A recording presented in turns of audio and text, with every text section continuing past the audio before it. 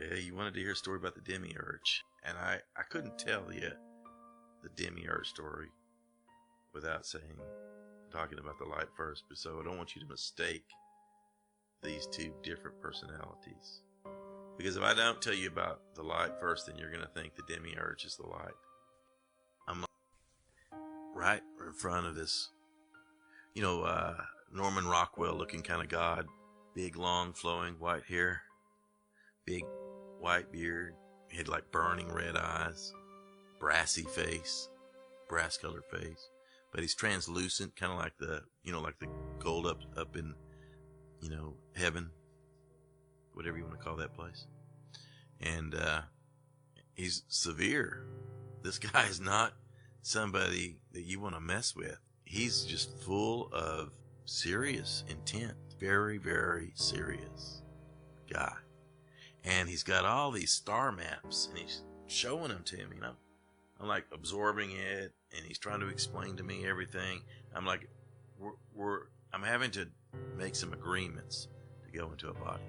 And he's showing me why this star is aligned with this, and this galaxy, and this planet, and this, that, and I was left.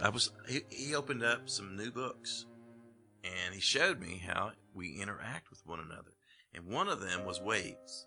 Okay, we're in waves, and the waves go across the whole earth, and they're like imagine ocean waves, and they're waves that go across the entire earth of light and darkness.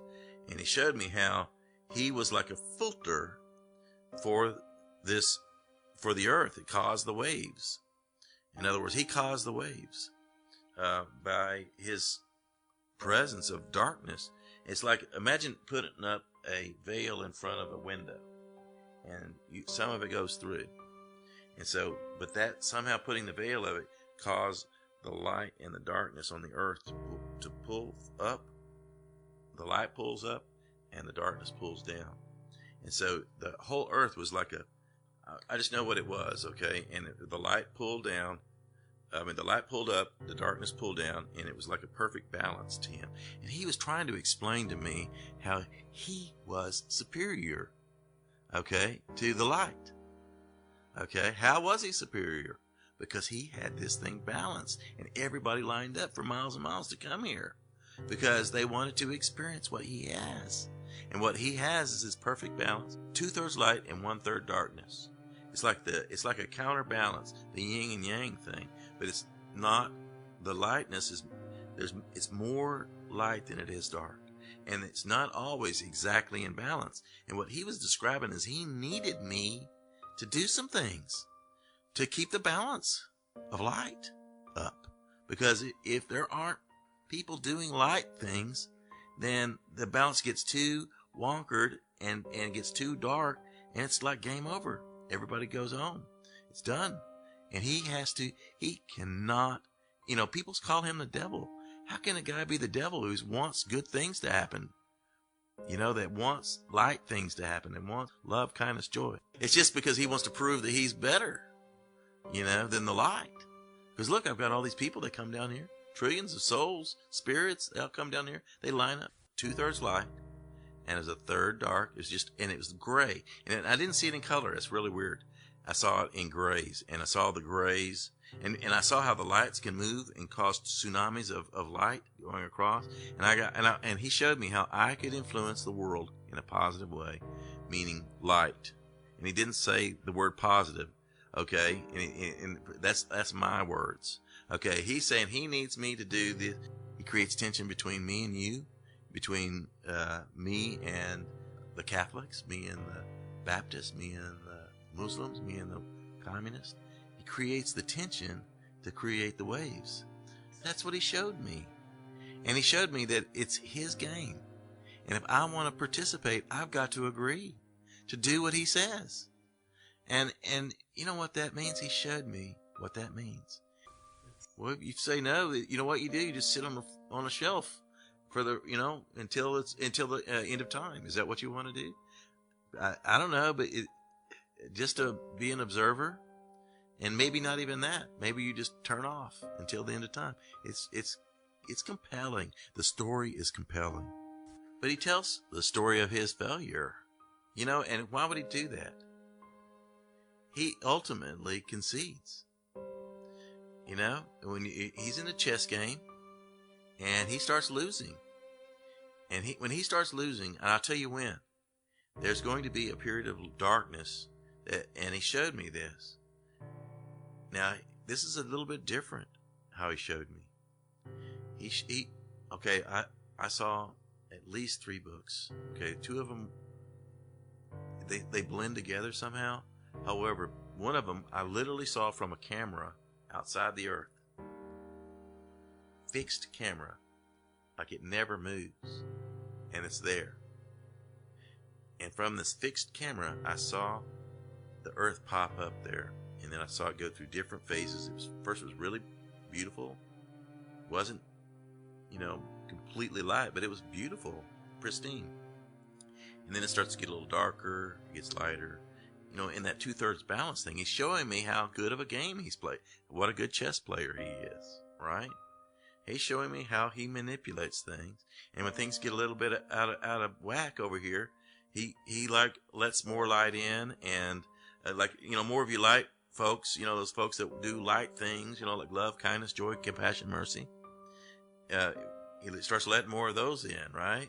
Because he wants to keep his little chess game going. And so he's doing this. And then there's the ones that are pulling down. And they're like the spirits that cling to us. Okay? So all the while, you think he's like Mr. Nice Guy. No way. I think the unknown is what drove him initially. Imagine that you're in a big, gigantic room that's completely filled with light, and there's one little square or rectangle of darkness, and you know everything except what's behind that one little square. And so you're gonna sit there and go by that. And you're sitting there doing all these great, groovy things, awesome things, amazing things, but every time you pass by that little square that says, and right in front of it, you know that nobody's supposed to go through there, and there it is. Oh, there it is. Little dark square was created to create motion, the sense of motion, of multiple perspectives. Okay, I think God split up, and I think what God, the light, created was a lesser aspect of herself, and I want to say herself in that light that I saw in heaven felt more feminine than masculine, and that's too strong. It's too strong to say feminine, but it was less masculine to me. Is this abusive father that I see in my religion, as opposed to this loving, divine, kind being that never ever changed. It was male, and he was trying to show me how his game was better than the light game. He made a pretty good presentation, because I signed up, didn't I? I came back. Imagine if you were a computer programmer and they have statements called if, then, else statements. Imagine that if there's this one plan that he shows you, and if you do all of this, then everything you dream of will come true, and it will be more or less painless. You'll walk through life, and you'll be, the savior of the world, right? And yet, you get to be the hero, and he's showing you the best possible life you could possibly lead. The least painful way for you to experience life. Pain-free, you get everything that you wanted, and you come back. But what I saw was that there were branches that went off to either side. If this happens, then this happens, and the if, and then, and then, and then, and then, and then, and then, and then. Looks like I'm going to do the thens, and then everything's going to work out great. It wasn't from a selfish perspective. It was like, and so if you get shown that the best one that just goes straight, like no detours, it looks pretty awesome. It really does. And you're thinking, I can do that. But you don't realize that there are trillions of variables and at least thousands of participants in your life. I mean, if you just talk about human beings, they're all doing their if, then, else statements also. And so you're thinking that this is going to be this. You know, you hear people say, "Well, God has a plan for us." Yeah, and then that God has a plan for you where things work out pretty good, and then there's some pretty ones that aren't so great, and those ones that where you get beat up a lot, and you get run down, and you get sick a lot, and you get hurt a lot, and dis-ease. Think about dis-ease. You know, whenever you're not going along your plan, you get dis-ease, you get uncomfortable, and so you sit there and keep on going, doing the same thing, even though it's making you sick. And if you're not paying attention to that plan, and you forget, that's the problem. You forget the plan. You don't remember. You think that you're going to save the world or whatever you're going to do. You know, you're going to make my thing is I wanted to end war, and I thought I was going to be able to do that. I thought that was going to be the big thing I was going to do. And I didn't. You know, here we are on the verge of going into World War III with Iran again, and nobody even cares. It goes over like a cold stone. I mean, I think a lot of people who see the negative stuff, like meeting the Demiurge, if you want to call him that, he's certainly not the devil. And what I saw that you just adjust your perception of it a little bit, and you can see the different stories popping out at you. And so I think that we're creating stories. I think that's what we do, and I think they're interesting stories, and I think that we're better for it. I really do. And the Demiurge is sitting there going, "Yay!" You know, he's right. I'm right. You know, because we give. You know, everybody says you got to experience darkness before you can know the light, and I don't know if that's true exactly, but here's what I do know. That when we're over there, we're insensitive to our pain here. We're insensitive to it because we don't feel it really. We can intellectualize it over there. And I intellectualized it when I was shown the plan that I was going to get to do. I could intellectualize it. I think I can do better than C plan. I can do A plan. But it was an intellectual exercise. I didn't realize I'd have to. And if you want to know how this Demiurge is, as you call him, world is not perfect. Just think of deja vu. People see little blips into the future. It's obviously not a perfect machine. If we're seeing in it, because sometimes you see stuff that just doesn't even matter. You know, you see.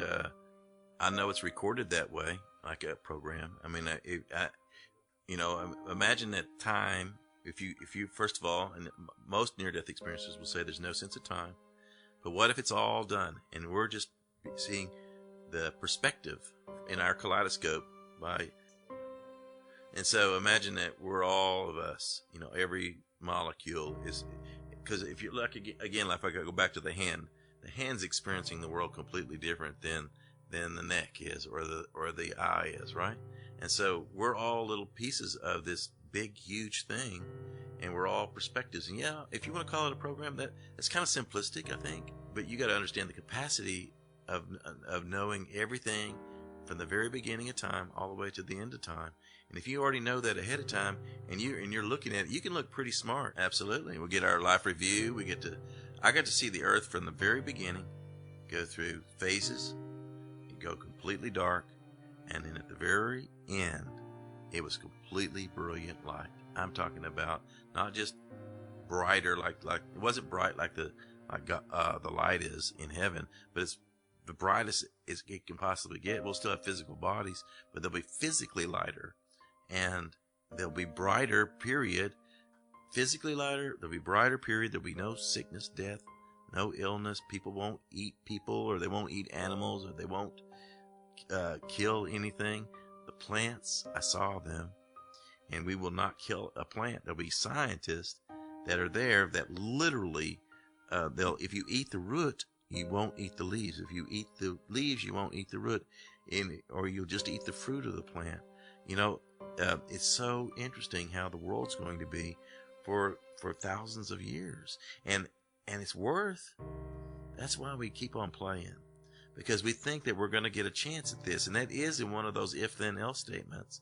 You know, if you do some growing up while you're here, and you start doing some right things, I mean by helping out instead of hurting, you might get to participate in this.